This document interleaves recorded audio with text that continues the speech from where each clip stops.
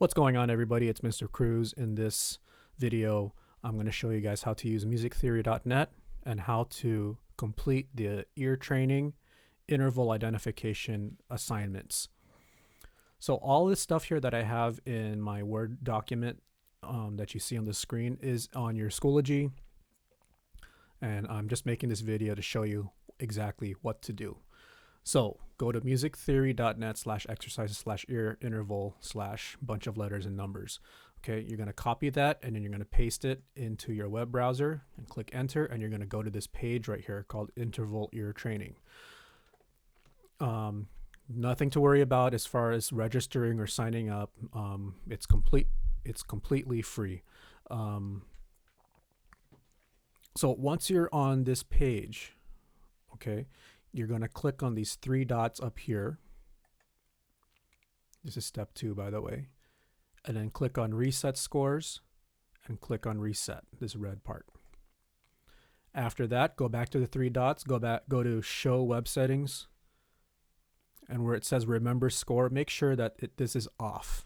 Okay, this is on. If the circle is to the right, that's on. Turn it off. Make sure remember score is off, and then click done. This part is very, very important. The upper right part is very important because you're going to be coming back to this website plenty of times, and you're probably going to restart the sessions several times to get a good score, and you don't want all the scores excuse me, you don't want all of the scores collecting and then getting all unorganized. So it's really important that you clear the scores every single time you start a new session, because you don't want to do a new session, then when it's time to submit the verification code to me, you're like, uh-oh, which session was I supposed to submit? All right, so at least when we're done, there's only one session, there's only one score to show and submit. All right, so do these settings up here with the three dots. That's step 2 and 3 in the instructions, the assignment instructions. Do the settings every single time you do a new session. Step 4, make sure your speakers and your sound is turned up. And then step 5, start challenge. Okay, and when we start the challenge, the interval identification process begins immediately. Okay, so here we go. So click on start challenge, and I'm going to move the microphone over closer to my speakers so we can hear it.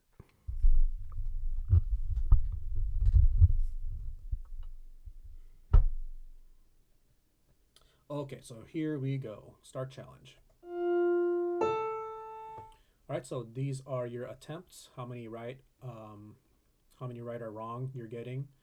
This is your score. This is what I put into Schoology, and this is the time limit. For this specific assignment, you're only getting 5 minutes. This speaker right here, you can click this as many times as you need to. All right, it won't affect your score. Okay, so listen to this as many times as you need to, but beware, this timer is winding down. You only get 5 minutes. All right, so click the speaker again to hear the example. All right, so it's a major third. Click on it. All right, and to move to the next question, click on the correct answer one more time. And immediately goes to the next question. So that was a major 6. So I'm going to go through this. And usually when I know that I have the right answer, I just double click the answer twice.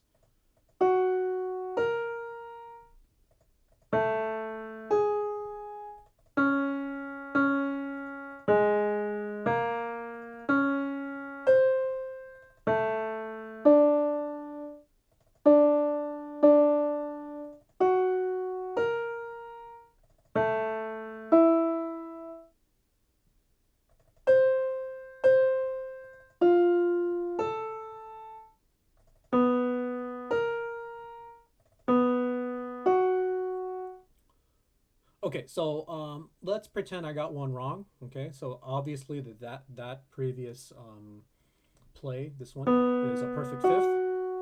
Okay, that's a perfect 5th. Let's just pretend I got it wrong. Click on perfect 4th. All right, it shows up here red. It shows up in red, and my score goes down to 93%. All right, go, geez, I really don't know what the answer is. So let me go major sixth. Got it wrong again. Your score goes down. Okay. And you start panicking. You're like, I think it's a major seventh. Let me hear it again. Yeah, major seventh. So so you could do the process of elimination, but your score is not going to be really good. All right. So um, that's that's a perfect fifth. Click on it. That's the correct answer. And since that was the last number, there's only 15 of them. You're going to see a new window after this. Okay. So once you're done, you're going to want to click on View Report. Now, one real quick thing. Remember the settings up here? Every time you go to this page, this link, okay, you're going to see all of the sessions that you've done. You don't want to have a whole bunch of sessions. All right. So, and you don't want to be submitting the wrong verification code, which I'm going to show you in a bit. So,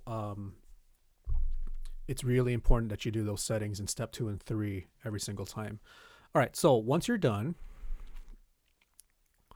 when you're finished, click on View Report. All right. After that, enter your first and last name in the class period in the box next to Sign Report. So right here, I'm going to put a name, Jeff Smith, P4 for period 4. All right. So now Jeff Smith has done this assignment. Click on, and then you're going to click on Sign Report. By clicking Sign Report, you're going to generate a verification code that has all this information, including the name. All right. So what Jeff Smith is sending to me is that he got an 83%. He finished it in 2 minutes and 39 seconds. He got quizzed on these intervals with these settings. Okay, time limit was 5 minutes. Question limit is 15. Okay, so I'm going to be looking for these settings every time I look at the verification code. I'm going to be looking to make sure that these are the settings. If I see different settings, you're not going to get credit. So go to that link that's in your Schoology. Go to this link. All right, and then complete the ear training session. Do your best. All right, and then after that, Jeff Smith clicks on Sign Report, and this is the verification code. Click on Copy Code. All right. I like to, when I can't highlight and Command C anything, I like to make sure that I copy code several times just to make sure it really gets copied. All right. After copy code, so once the code has been copied, you're going to go to your email, okay, your MyMail, and you're going to send me an email at my district email address, and you're going to paste this code, okay? You're going to paste this code. You can use Schoology messages as well, all right, and then paste this code, or you can in the submission, add submissions, you can make another document and paste this code in there and send it through the assignment in Schoology, all right? It's really important that you do your best, because I'm not doing the point matching where if you do better on another assignment, I increase the lower score from previous assignments, from previous ear training assignments. I'm not doing that anymore. So every time you do a session on this, you have to do your best. If you have to redo this and start over several times to get the right score, then do that. Okay, so do your best at all times. So now after you submit the code, okay, what happened here? After you submit the code, oh, I know what happened. Okay. I, the teacher, take your code, I copy it, and I go to musictheory.net, and I go down here to Code Checker, and then I paste the code, and I click Verify. And this is the data that Jeff Smith sent me. Okay, remember that 83%, 15 out of 18. Okay, the 2 minutes and 39 seconds. And all these settings. So what I look for when I take this code and I paste it, what I look for is I make sure that the parameters are all what were required. The question limit's 15, time limit 5 minutes. These are the intervals, all the major intervals and all the perfect intervals. Okay, and And obviously, if I get an email from Jeff Smith, the progress report up here has to say Jeff Smith. Okay. So what if, let's make up a student's name, like, I don't know, Andrea. Let's say Andrea takes Jeff Smith's code and sends it to me. Okay. And I go, okay, I'm going to grade Andrea's music theory assignment. So I put the code in, but then I'm seeing here Jeff Smith. Okay. Well, then now I'm led to believe that Andrea stole Jeff Smith's code, or Jeff Smith shared his code with Andrea, and this is not okay. All right, so at this point, Andrea is not going to get any points, and so will Jeff Smith. All right, so make sure you're doing your own work. Don't share codes, because the codes are very specific to every person that completes a session. All right. Also, these musictheory.net URLs, these specific URLs, they're only for this assignment. So if I make another assignment, you're going to see a different code. So don't use the same code for future musictheory.net assignments. Okay. So this is how you do it. This is how you use musictheory.net. If you have any questions, be sure to email me or send me a Schoology message, and have fun with this.